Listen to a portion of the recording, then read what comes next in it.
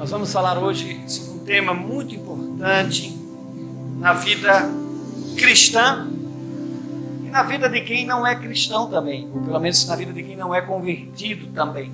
Nós vamos falar hoje sobre arrependimento. Nós vamos ler esse texto agora, sentados mesmos, como estamos, mas reverentemente vamos ler a palavra do Senhor. Diz assim: um dos malfeitores crucificados blasfemava contra ele, dizendo: não és tu o Cristo? Salva-te a ti mesmo e a nós também. Respondendo-lhe, porém, o outro, repreendeu-o, dizendo: nem ao menos temes a Deus, estando sob igual sentença? Nós, na verdade, com justiça, porque recebemos o castigo que os nossos atos merecem, mas este nenhum mal fez. E acrescentou: Jesus, lembra-te de mim quando vieres no teu reino. Jesus lhe respondeu: em verdade te digo que hoje estarás comigo no paraíso. Amém? Mantenha a sua Bíblia aberta. Nós vamos fazer a exposição desse texto para que você possa acompanhar. Meus irmãos, a definição para arrependimento, o Aurélio vai dizer que arrependimento é uma reação emocional para atos passados, pessoais ou comportamentais.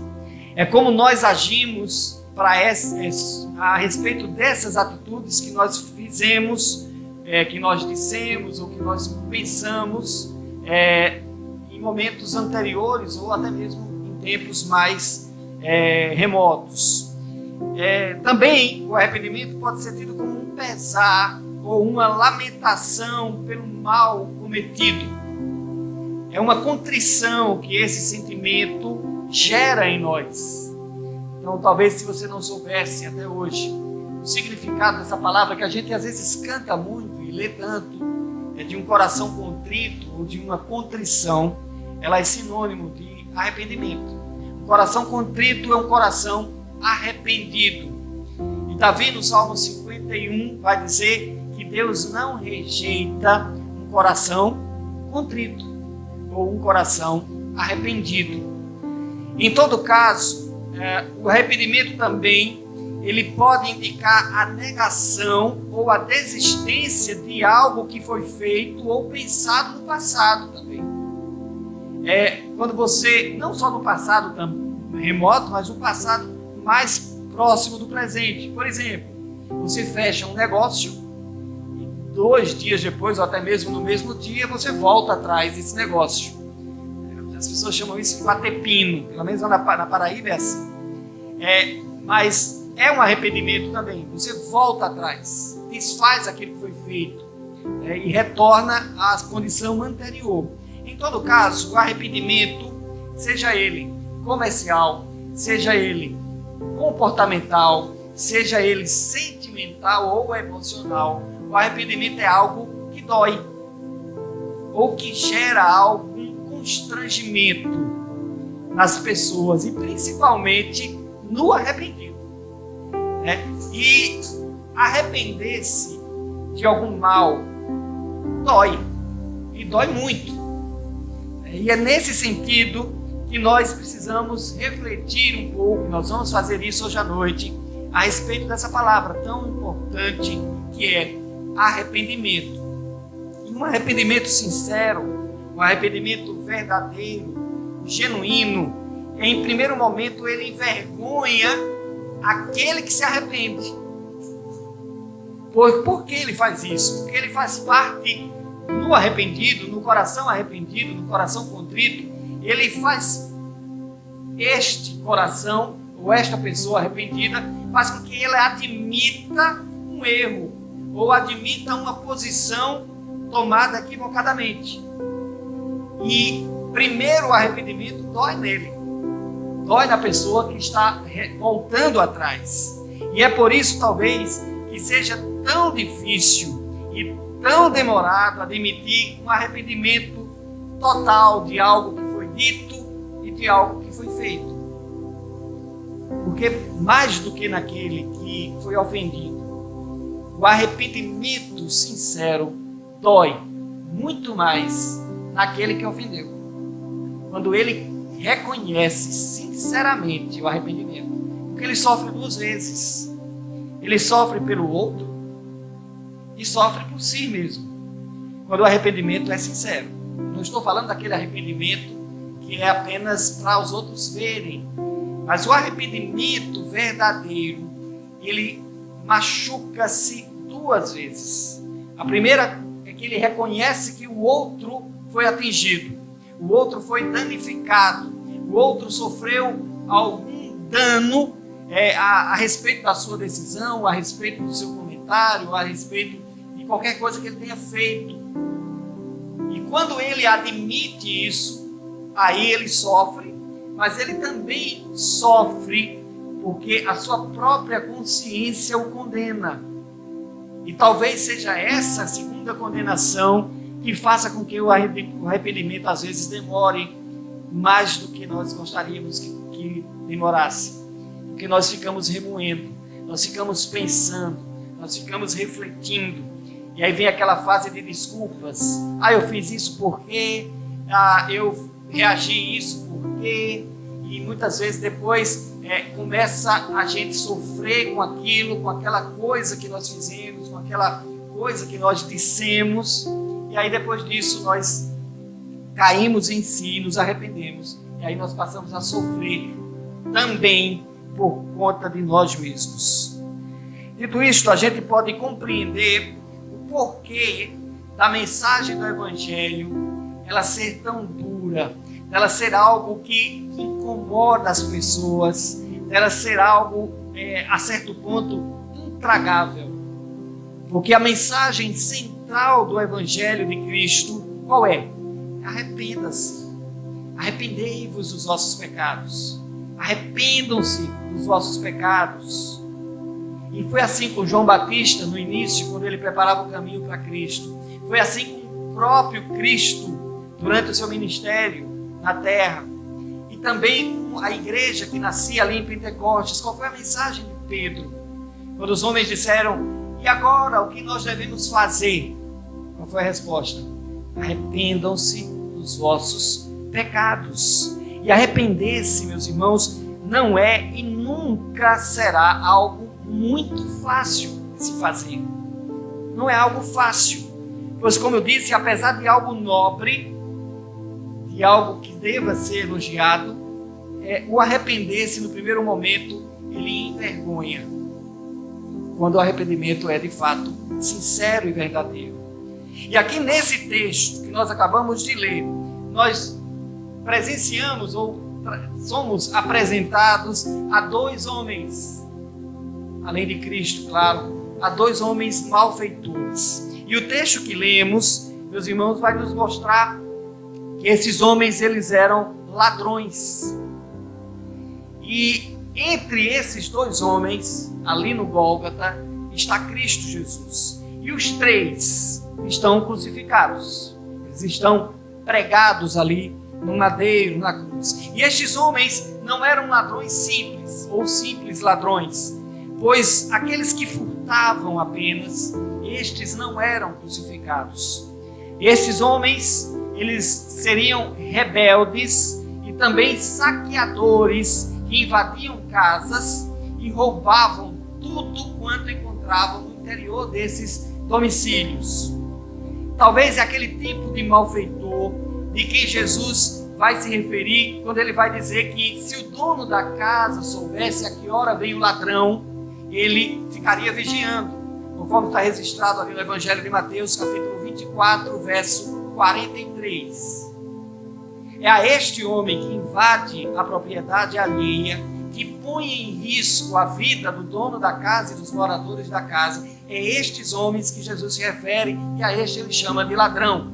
E estes dois eram provavelmente homens que haviam cometido este delito, porque esse delito era realmente condenado à cruz do Calvário. Eles eram pessoas que a sociedade abolia no meio deles através da pena máxima, através da pena de morte. E o texto que lemos vai colocar Cristo exatamente ali, no Calvário, condenado à morte, e morte de cruz, e juntamente com esses dois homens. Mas como alguém já disse, ele está na cruz no centro. Por quê? Porque Jesus foi julgado o maior criminoso. Por isso que ele estava no meio. Por isso que ele estava ali, entre os dois malfeitores. E a grande verdade, meus irmãos, a respeito desse detalhe, é que Cristo está no meio porque ele é o centro da história. Jesus dividiu a história dos séculos em antes dele e depois dele. Jesus dividiu os homens, e ele faz isso até hoje, entre os que creem nele e aqueles que não creem nele. E olha o que acontece com aqueles dois ladrões. Ambos estão olhando para o mesmo cenário.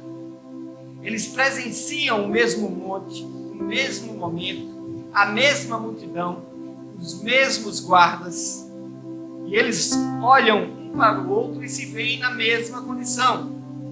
Os dois homens, eles olham para Cristo. E uma vez que toda a multidão estava zombando dele, não deles, mas do Cristo, esses homens presenciaram e ouviram. E eles foram ainda mais além do que isso. E a multidão dizia: se tu és o Messias, desce da cruz e nós creremos em ti. Ou então eles diziam: salvou a muitos e não salva a si mesmo. E estes e muitos outros impropérios eram ditos para Cristo. E Cristo ouvia tudo aquilo calado, mudo, sem dizer uma só palavra. Mas apenas um deles, um homem deles, um desses dois homens, observava tudo. E apenas um deles compreende de fato o que está acontecendo ali e se arrepende. Mas aí, dentro desse texto que nós lemos, talvez não fique muito claro do que ele se arrepende. Talvez você esteja desconfiando. É claro que foi da vida de pecados, é claro que foi de toda a sua história, mas tem detalhe que não está nesse texto, mas está nos textos de Marcos e no texto de Mateus. O relato de Mateus, capítulo 27, verso 44, vai nos informar que ambos os ladrões também diziam as mesmas coisas que a multidão gritava. Ambos os homens. E ali, na sua direita e na sua esquerda, Jesus também ouvia de perto, ao seu lado, as mesmas coisas. Só que esses homens clamavam de modo diferente, ou pediam de modo diferente. Eles diziam: se tu és o Cristo, salva-te a ti mesmo e a nós também. E aí, meus irmãos, a gente começa a entender o quanto as orações interesseiras, elas causam mal a Cristo. Nós já pregamos aqui há uns domingos atrás a respeito dos pedidos interesseiros que as pessoas faziam: dá-nos o sinal do céu. E aquele pedido constrangia Cristo, causava-lhe dor na alma, dor no espírito. E as pessoas, a multidão, gritavam: se tu és o Cristo, desce da cruz. Disseste que em 3 dias destruiria o templo e levantarias de novo, e não consegue salvar a si mesmo da cruz. E como se não bastasse, aqueles dois homens diziam: salva-te a ti mesmo, se tu és o Filho de Deus, e a nós também. E aquele cenário era doloroso e constrangedor para Cristo Jesus. E ambos os homens condenados, ambos os homens ladrões, ambos os homens zombadores, e ambos morrendo. Diante da morte, mesmo assim, eles continuavam com o espírito zombeteiro, mangando de Cristo, fazendo com que Cristo ficasse ali tentado. Eram usados por Satanás como instrumentos para tentar o Cristo ali na cruz do Calvário. se tu és o Cristo, salva-te a ti mesmo e a nós também. Engraçado, meus irmãos, se a gente reflete um pouco mais a fundo nesse texto, a gente vai ver como a dor, ela une as pessoas. Salva-te a ti mesmo e a nós também. Eles se colocaram no lugar de Cristo, porque eles estavam sentindo as mesmas dores que Cristo. Eles estavam morrendo exatamente do mesmo jeito, na mesma condição. E aí eles se têm o direito de dizer, salva-te a ti e a nós. Afinal de contas, nós estamos juntos nessa. Nós estamos na mesma condição. E seria injusto que, se você for o Cristo mesmo, você salvasse a si sozinho e deixasse a gente aqui. Então salva-te a nós também, e não só a ti. Está embutido nesse pedido dos ladrões, e foram os dois que pediram, uma equiparação deles mesmos com Cristo. Nós estamos iguais. Aqui não tem ninguém melhor do que ninguém. Então salva nós também, e não só a ti. Mas está revelada também nesse pedido uma descrença a respeito daquele a quem eles fazem o pedido, ou a quem o pedido se dirige. Se és o Cristo. Tem um se bem grande. Se tu és o Cristo, salva-te a ti mesmo. É assim que o pedido faz. No pedido não tem dizendo, tu és o Cristo, mas se tu és o Cristo. Não é assim que muitas igrejas incentivam que os crentes orem. Eu te dou e o Senhor me dá. Se eu for crente, ou se o Senhor for Deus, o Senhor vai se agradar daquilo que eu dou e vai me abençoar. É uma oração condicionada, uma fé que está alicerçada numa condição. Se eu for abençoado, eu crerei. Se eu não for, tu não és o Cristo. Porque o Senhor me abençoa, ou o Senhor não é Cristo. E é exatamente assim que o Evangelho hoje é propagado. No rádio, na TV, em vários locais. As pessoas fazem, guardadas as devidas proporções, é claro, um pedido bem semelhante. Me abençoa e eu crerei. Salva-te a ti mesmo e a nós também. E eu fico tentando imaginar Jesus ali olhando para ambos. Olhava para a direita, olhava para a esquerda, olhava para a frente e via a multidão. E quando ele olha para esses personagens, o que é que Jesus faz? Ele ora por eles. Pai, perdoa-lhes, pois não sabem o que fazem. E mais um pouquinho ele diz, Pai, por que o Senhor me desamparou? E essa pergunta que Cristo faz era pelos pecados que estavam pesando sobre ele, mas também pela angústia que as orações interesseiras causam em Cristo. Pai, por que o Senhor me desamparou? Por que eu estou sozinho? Por que agora eu estou abandonado aqui? E ambos pediam a Jesus, mas pediam à sua maneira, pediam de maneira que a vontade deles também fosse satisfeita. Eles queriam ser salvos da sua própria maneira e ao seu jeito. Era uma salvação ao gosto do cliente, ao gosto do freguês.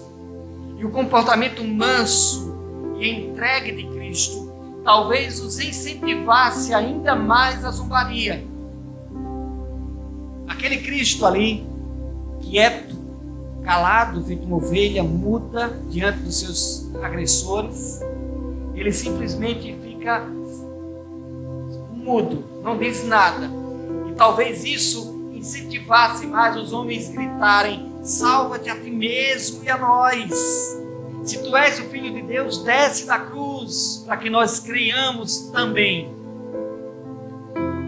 E algum comentarista vai dizer que esse também é onde está o sarcasmo da história toda. Porque certamente se Cristo descesse, eles não creriam. Se Cristo tivesse atendido às orações dos fariseus e tivesse dado o sinal do céu, eles também não creriam.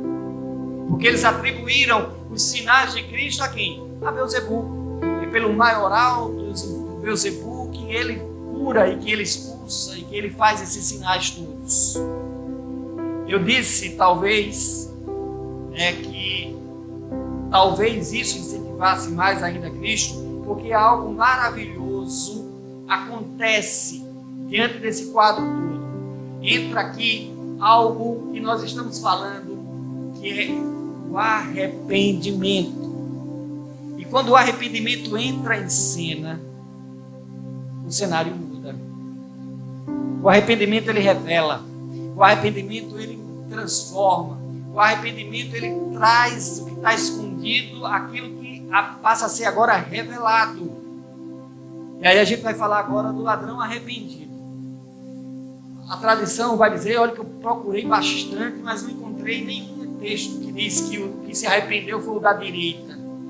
Mas inclusive o comentarista que eu li, ele diz, o ladrão da direita arrependeu-se, o ladrão da esquerda arrependeu-se.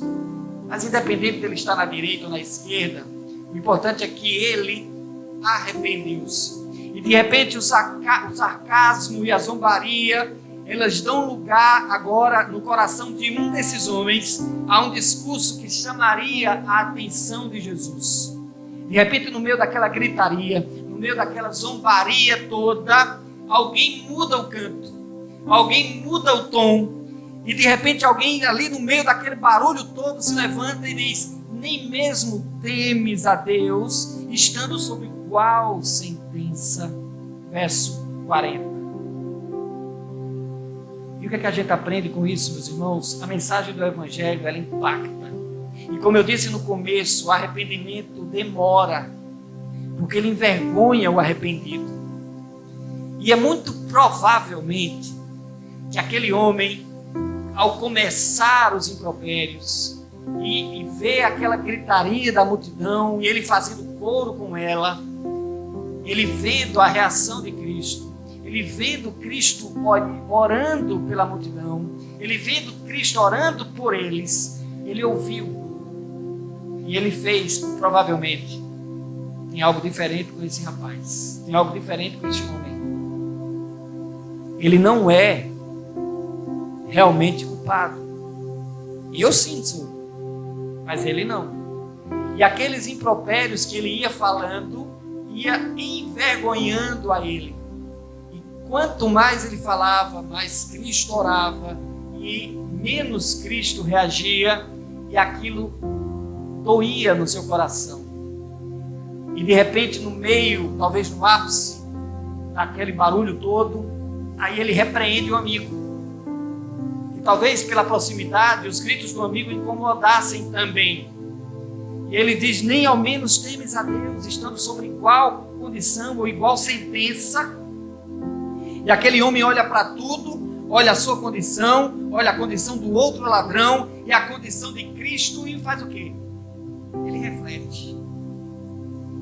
Ele analisa tudo. E ele, que estava nas mesmas condições do amigo, havia vivido o mesmo estilo de vida dele, recebeu a mesma punição que ele, disse os mesmos insultos que o amigo dissera, fazendo coro com aquela multidão. Ele agora trazia um novo discurso. E o que ele diz? Nós, na verdade, com justiça, porque recebemos o castigo que os nossos atos merecem. Verso 41. O arrependimento, quando nasce, ele revela em nós, ou revela a nós sobre nós mesmos. E a primeira análise que ele faz é sobre si. Nós somos culpados. Nós merecemos estar aqui. Esse homem não. Ele não merece estar aqui. Primeiro a máscara cai dentro de nós e depois ela cai para todos, ou diante de todos. E é esse cair da máscara diante de nós que machuca, que oprime, que ofende, que bate na cara. E é disso que nós não gostamos, que o arrependimento nos mostra. Quando nós olhamos para nós mesmos e nos identificamos como pecadores, como pessoas depravadas, radicalmente depravadas. E é assim que a Bíblia nos fala. que nós somos. Porque todos pecaram e destituídos, afastados da glória de Deus estão por conta do pecado. E aqueles que antes acompanhavam os escribas e a multidão da zombaria, admitia ali na cruz que estava equivocado quanto a quem era o homem da cruz do meio. Aquele homem admite: opa, eu errei. Nós erramos. Da outra ponta, ele sim é culpado. O da ponta onde eu estou, eu sim sou culpado. Mas o homem da cruz do meio, ele é inocente. Ele não merece estar aqui. Jesus não estava preso à cruz como aqueles homens estavam presos lá. Jesus estava ali voluntariamente. Aqueles homens estavam presos à cruz. Eles não podiam sair. Jesus podia sair, se assim o quisesse. Mas ele não quis. Ele simplesmente se ofereceu voluntariamente como oferta de amor. Como Isaías 53 vai dizer, como oferta pelo pecado. Jesus voluntariamente entrega-se para a remissão de pecados de todo aquele que crê. Para a remissão de pecados de todo aquele que crê. E o que foi que o ladrão da cruz fez? Creu. Ele olha, ele analisa aquele quadro, que é exatamente os quadros que anos mais tarde os evangelistas, os pastores, os missionários iriam descrever em muitas e inúmeras mensagens. A cruz do Calvário, o sacrifício de Cristo na cruz. E muitas pessoas, quando vislumbram isso de maneira espiritual, elas creem, porque elas têm exatamente a mesma visão do que esse homem teve. Um homem inocente morrendo pelo culpado. E quem é o culpado? Eu. Você. Nós. E é isso que o arrependimento produz. Ele bate, ele passa na nossa face a graça, o amor e a misericórdia e a compaixão desse Deus glorioso, poderoso, que se encarna e decide subir numa cruz e manter-se preso a ela de maneira voluntária. Ao contemplar o cenário da cruz, olhando para Cristo e não para si mesmo, a luz da mensagem do Evangelho brilha nos olhos daquele homem e na mente daquele malfeitor. Ele é de fato inocente. Ele é. Quanto a mim, não. Eu sou culpado.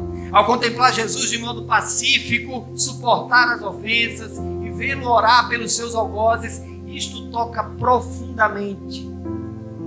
Imagine você ofendendo alguém e esse alguém orando por você. E foi exatamente isso que Cristo fez. Não às escondidas, mas publicamente. E aquele que antes bradava impropérios a Cristo, agora ergue a sua voz de maneira alta para repreender seu amigo malfeitor. Nem ao menos temes a Deus.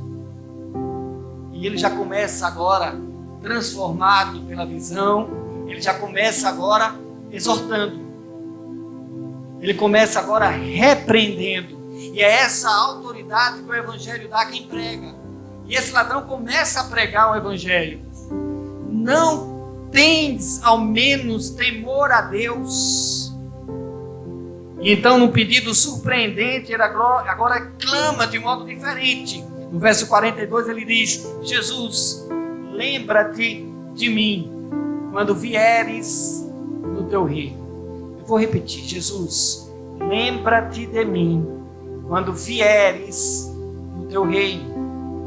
Ele faz uma oração com um pedido no presente e outra com um pedido no futuro. Lembra-te de mim quando vieres no teu reino. Ele reconhece a Jesus de modo correto quando menciona a expressão teu reino. É esse entendimento maravilhoso que o ladrão ali na cruz teve.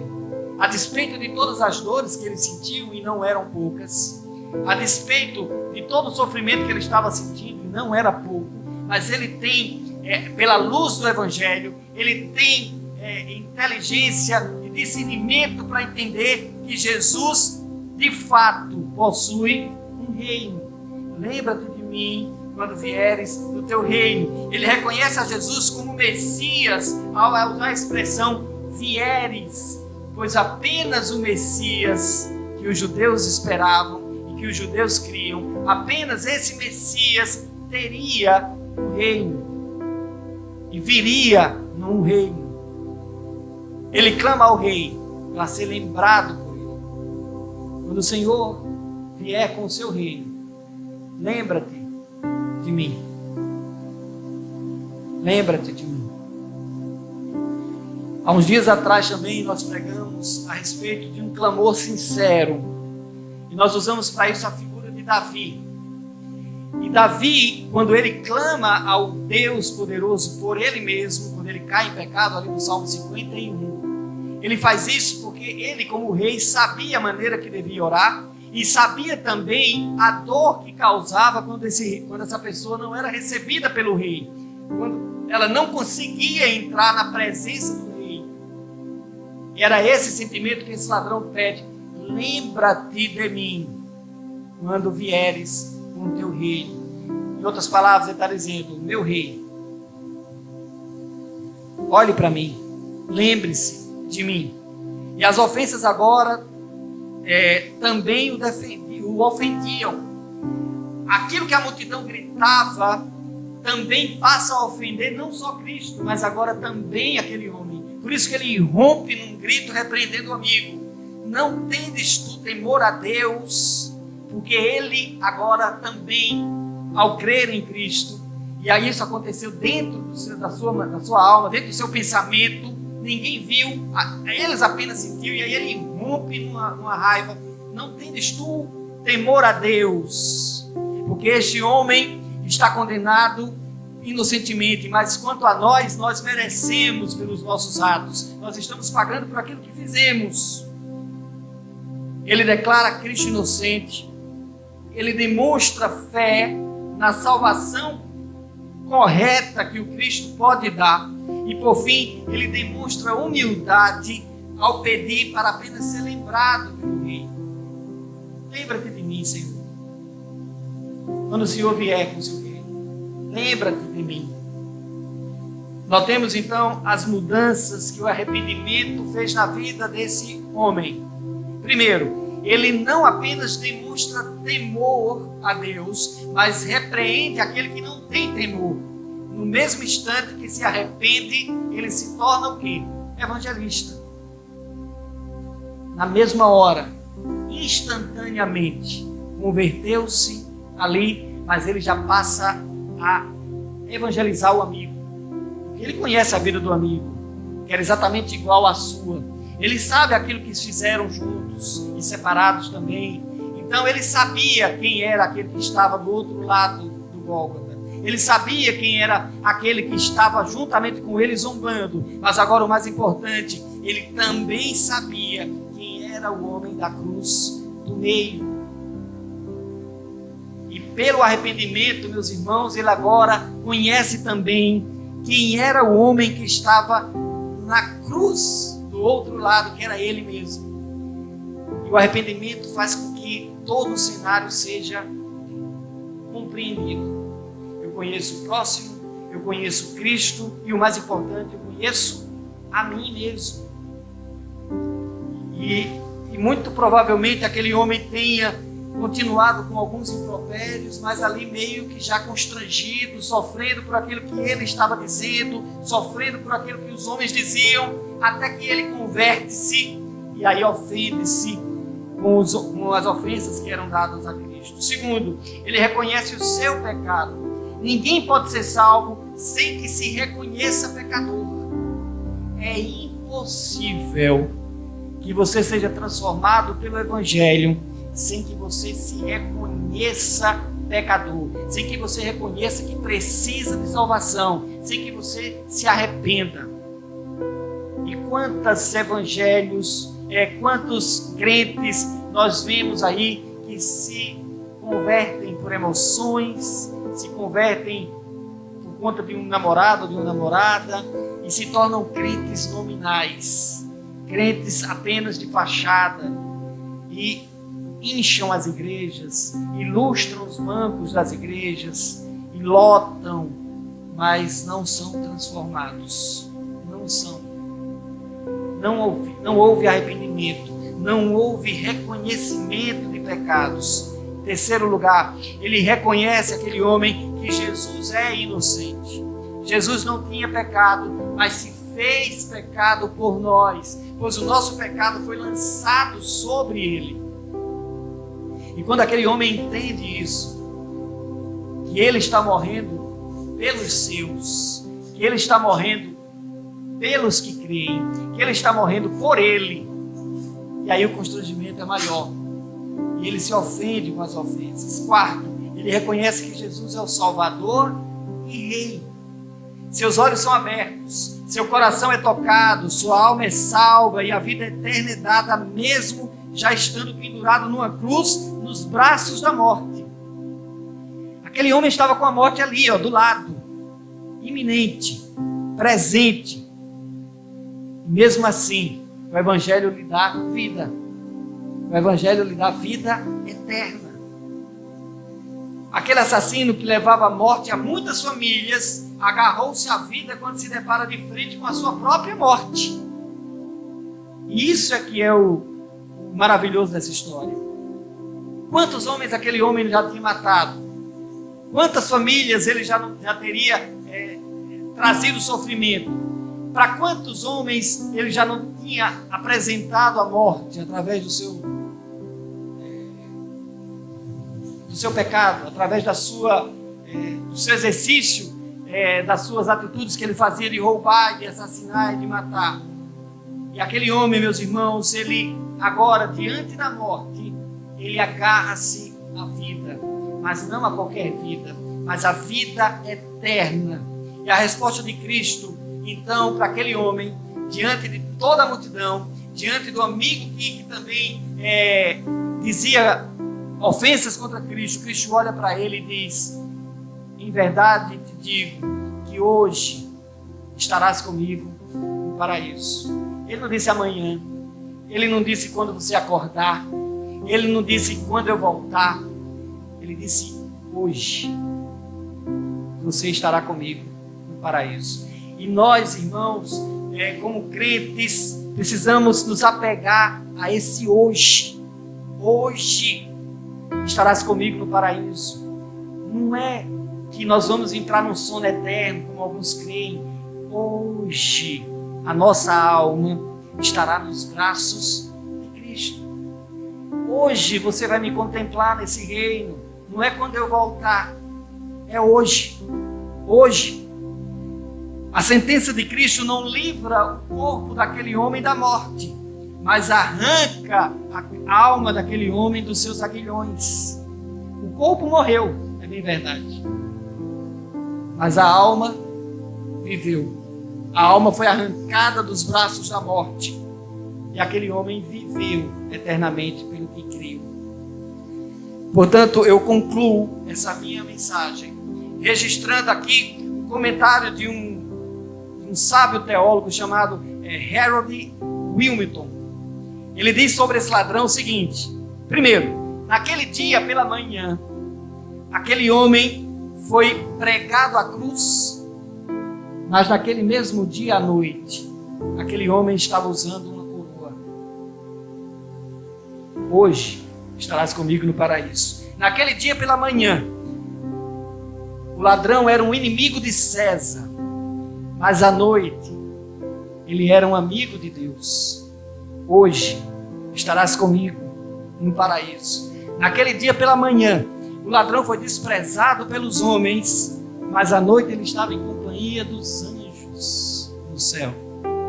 Hoje estarás comigo no paraíso. Naquele dia pela manhã, o ladrão foi condenado como criminoso na terra, mas à noite ele viveu como cidadão nos céus. Hoje estarás comigo no paraíso. E quanto a você? E quanto a você? O que você vai fazer com essa mensagem que nós acabamos de dar? Vai crer nela ou vai rejeitá-la. A mensagem do Evangelho é e sempre será sobre uma única coisa: arrependa-se dos seus pecados. Este mesmo Jesus que salvou esse ladrão, salvou a mim e salvou a muitos que estão aqui nesse lugar. Esse mesmo Jesus virá no seu reino. E o que você quer desse Jesus? Ser lembrado por ele ou ser rejeitado por esse Jesus? Creia hoje mesmo, hoje, e você será salvo. Deus abençoe a tua vida. Deus abençoe a tua família. Deus abençoe a tua casa. E faça que você creia nesse poder maravilhoso do Evangelho. Que essa mensagem gere em você arrependimento.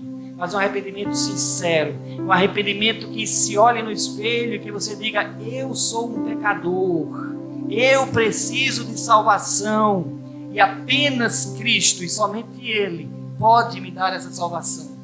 Eu não sei se há entre nós alguém que não creu em Cristo ainda, ou que está desviado da igreja.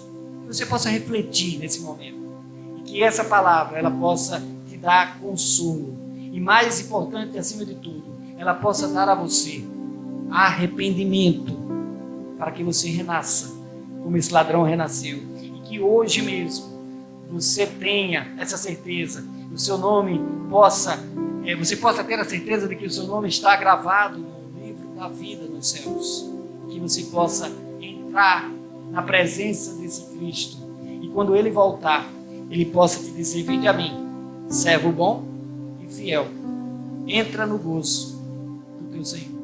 Amém?